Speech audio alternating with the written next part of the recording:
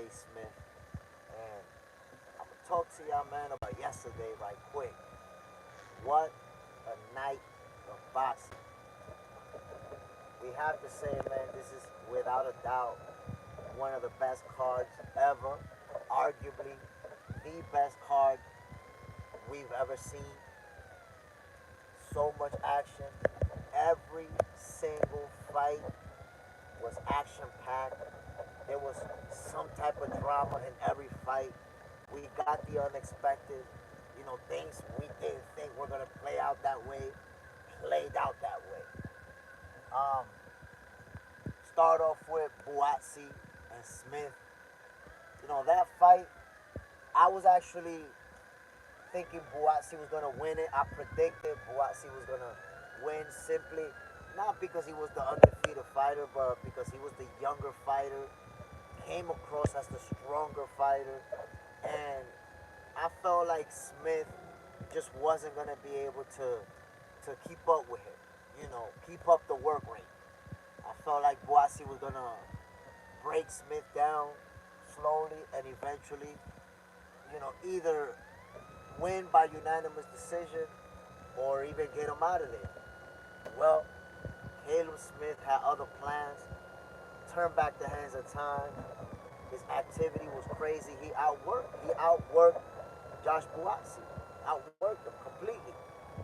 And, it was obvious by the time, they got to the maybe fifth, sixth round, it was obvious that it was going to be Smith's fight.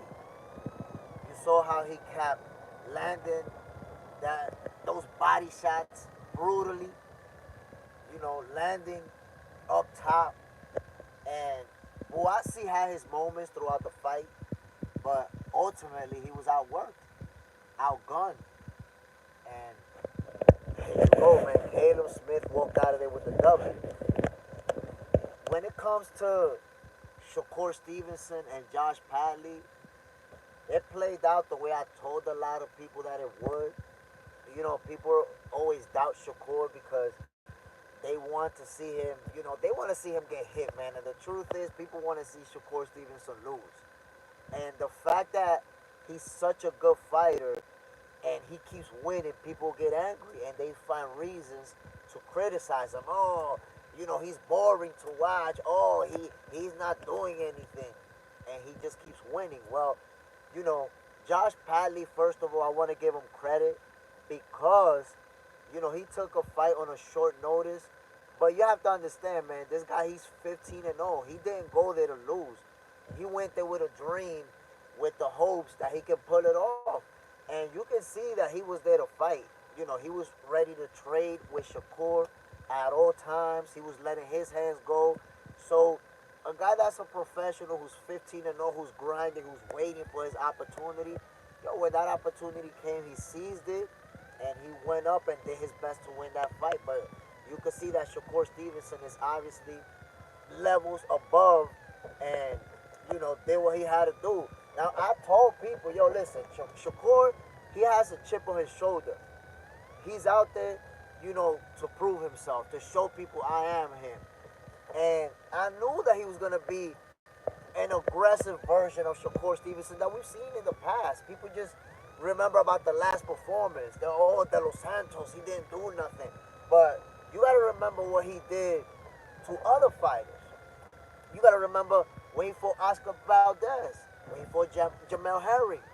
He put so many hands on both of them. But everybody just think about that one performance or even a couple of performances where he didn't let his hands go like that.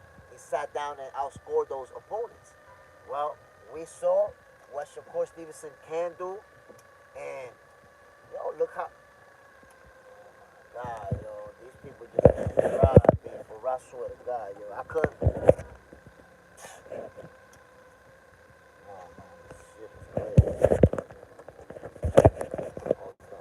I'm over here driving around a bunch of bums that can't drive, dude.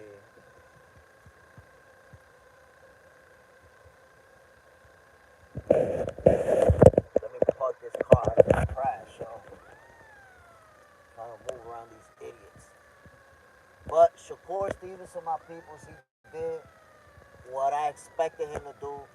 He went out there, he performed, and he stopped Josh Padley with some nasty, brutal body shots.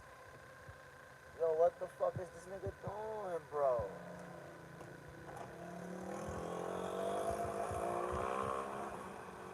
This nigga see me trying to park right here, man. If you seen that fight, man, those were nasty, brutal body shots from Shakur Stevenson. He dropped Josh Padley 3 times with those body shots. And you could see it. You could see it was an elite level performance. Of course, Padley, is not one of the best fighters in the division or anything like that. But when you see Shakur fighting those names that we want to see him fight, that's going to happen. He's going to win in spectacular fashion. This is the version of Shakur that you're going to keep seeing. I'm telling you, my people. By the way, yo, if you're not subscribed to Box Center, make sure you subscribe. I promise you, this is going to be the most original boxing content you ever seen. Yesterday, yesterday, I called every single fight. I gave commentary for every single fight. My throat is killing me from that, but we did what we had to do. Yo, Parker versus Bacoli. That was crazy. Before the fight started, I thought Bacoli was gonna win. I thought Bacoli was gonna be able to stop Parker, but he showed up weighing over 320 pounds, and I was like, damn, is he gonna be able to fight for more than 6 rounds, weighing that much? And he was actually doing real good, landing some real good shots on Parker. But then he caught a right hand to the head that dropped him, and yo, he just didn't have his legs under him.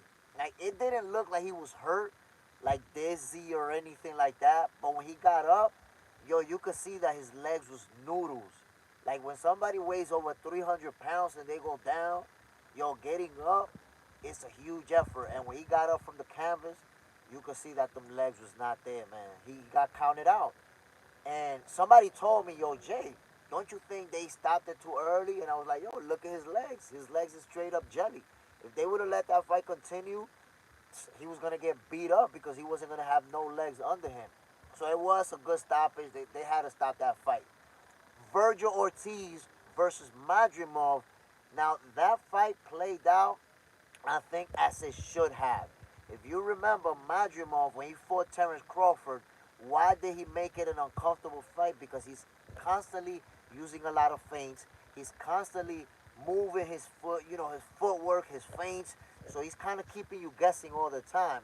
Well, Virgil Ortiz, the first 3 rounds, the first 4 rounds, Madrimov was fighting his fight. And Virgil was, sometimes he even looked like he was getting frustrated, following him around, following him. But he kept that body work consistently, kept investing to the body while Madrimov was, doing his thing, moving around, reacting off of what Virgil was doing, counter punching, and he was doing good those first few rounds. But eventually, those body shots, they started taking their toll. And Madrimov, he stopped all that feigning or wasn't doing it as much. The footwork slowed down, and that's it. Eventually, he had no choice but to stand there and fight with Virgil. And that's his fight. That's what Virgil want to do. Virgil wants to fight you inside of a phone booth, while Madrimov wanna make it happen in a football field where he could be all over the place. That's it. With the body shots, Virgil took the legs out of him. All that feint, the energy wasn't there no more. And the moment they started trading, it became Virgil Ortiz's fight, and he was able to win by unanimous decision. That was a great performance from Virgil Ortiz. He showed that at 154, that's his division. He was struggling to make 147, got sick, damn near lose his life trying to make 147. At 154, you can see, number one, he made weight. At 154, he made weight comfortably. I think he weighed like 153 or something like that at the weigh-in. So that's it. Now we know that Virgil Ortiz is going to be a force to be reckoned with at the 154 division. Man, the main event, that main event was insane, my people. I predicted it, by the way. I said Bivol was going to make the right adjustments to pull this fight off. I said that he was going to win by split decision. It was close. One judge actually scored it a draw, which I was like, wow, what are you talking about? But there you have it. This was the type of fight, man. It's hard to top that first fight because Virgil and Beterbiev, yo, they really went at it in that first fight. They traded nasty leather, so it's hard to top that fight. This one was actually better. In this fight, they both let their hands go. They both had their moments, landed nasty shots. But Madrimov, I'm, I said Madrimov, but Beterbiev, there were rounds that he was being outworked. And yo, Bivol, he was just a lot sharper in this fight. He used his movement a lot better, used that elite level footwork, and you could see it in his face. He did not take as much punishment as he took in the first fight. So I'm gonna just say like this, my people. That card right there was without a doubt the best card I ever seen. From top to bottom, every single fight was filled with drama, was filled with excitement, was just action packed. That was every single fight. I've never seen a card. Usually when you watch a whole card, maybe the first couple of fights aren't that good. The fighters who are there, they're not, that elite level fighter type. And it doesn't, you have to wait for the last few fights to get that real excitement. Well, in this card, every fight was a banger. Every fight was exciting, and you just had to love it. You had to love it, my people. If you watch this card, you know what I'm talking about. So I gotta say, man, shout out to His Excellency Turkey Al Sheikh, making boxing great again. Eddie Hearn, Oscar De La Hoya, uh, let me see, Frank Warren. Yo, everybody, all the promoters that was involved in this card, yo, that shit was just crazy, off the charts, my people. So, man, I hope they keep giving us these type of cards like this. This is what we need in boxing. We got a lot of action. Check out the videos that I already posted from yesterday. Yo, subscribe to Box Center, my peoples. I promise you, you're gonna enjoy it. But again, yo, yesterday was a crazy night of boxing. Anybody that was watching, you know what I'm talking about, my peoples. And yep, you're right. Marlon London, yo, that's my boy right there. One love, my people. I appreciate you tuning in with me. What a night of boxing, my brother. Bang Bang Boogie, what's the deal, my brother? Yo, if y'all seen that boxing from yesterday, that entire card, we spent a few weeks talking about, yo, this card is stacked. Well, every fight lived up to the expectations. His Excellency Turkey Al Sheikh out there making boxing great again. What a fight, my people. Hey, yo, don't be cheap with me, man. Hit that like button. Y'all know I'm speaking facts right now. Y'all need to hit that like button because I'm telling you the truth right here. I'm telling you how it played out. This was one of the best cards in history. And without a doubt, I have to say for myself, this is the best card of boxing that I've ever seen. Like from top to bottom, every single fight with that type of excitement, man, listen, you don't get that every day. You don't get, you know, 7 fights. And by the way, 5 of those fights was for the WBO strap, for the WBC strap. 5 title shots in one card. And they was all bangers. We saw drama. We saw Shakur Stevenson stop his opponent when people said he wasn't gonna do that. We saw Josh Parker stop. I say Josh. We saw Joseph Parker stop Bacoli with a nasty shot to the dome piece, right in the melon. Bacoli dropped. Yo, he was weighing over 300 pounds, man. He could not get up from that. So we saw some knockouts that people just didn't expect, didn't see coming. We saw Bivol avenge his only loss and become an undisputed champion. Now keep that in mind. Now Bivol has beaten 2 reigning undisputed champions because he beat Canelo when Canelo was undisputed, even though that was at a higher division. But Canelo was undisputed when Bivol beat him. And now he beat Beterbiev to go for undisputed. Look at those 2 names, yo, in Bivol's resume. Look at those 2 names. Where are we going to put Bivol in the pound for pound list? Think about it. He became undisputed by beating Arthur Beterbiev. Where do you put him in the pound for pound ranking? Now, Tank versus Roach. Tank versus Roach. That's a fight. You telling me, see how I feel after we watch that card? We have to see. Is every fight going to be just as exciting? We have to see. However, Tank versus Roach, my brother, it's no Bivol versus Beterbiev. Tank is going to be the heavy favorite. Everybody's expecting him to beat Roach. I'm expecting him to knock Roach out. We're not going to get the same type of competitiveness that we got from Bivol versus Beterbiev. So I can tell you right now, we love Tank. Tank is an exciting fighter to watch. Tank versus Roach is not going to be Bivol versus Beterbiev. It's not even going to be close, my guy. It's not. So let's see how the card plays out. I think it is going to be a good card, but it's not going to be like this from my brother. But anyways, my peoples, I just wanted to talk to y'all real quick about this card, man, because it was amazing. It was what we wanted it to be. Um, but I am looking forward to Tank versus Roach next week. I want to see how the card is going to play out. Um, bro, you do want to have a fight. Nah, man, I don't want to fight. I don't want to fight. I want to call the fights. I want to enjoy boxing. Like I said, man, Shakur Stevenson got the stoppage. Josh Parker got the stoppage. And I'm going to tell you what, Smith versus Buatsi, I didn't know that was going to play out like that. Buatsi being the younger fighter, I felt like he was going to have what it took to take care of Caleb Smith. And now, man, Smith turned back the clock of time, turned back the hands of time, and he actually outworked the younger fighter, put so many hands on him, and did what he had to do to walk out there with a W. So shout out to Caleb Smith, man. Sometimes you think, oh, this fighter's already gotten older. He has a lot of mileage on him. He's not going to be able to hang with the younger, undefeated fighter. And now, man, Caleb Smith show he's still there. He's still making it happen for himself. And if you saw Virgil Ortiz versus Madrimov, Madrimov, he's a top-level fighter. The thing is, those first 3-4 rounds, he was winning. He was frustrating Virgil with the constant feints, with the constant footwork. But eventually Virgil broke him down with the nasty body shots. Just kept consistently going to the body real hard with the left and the right hooks to the body.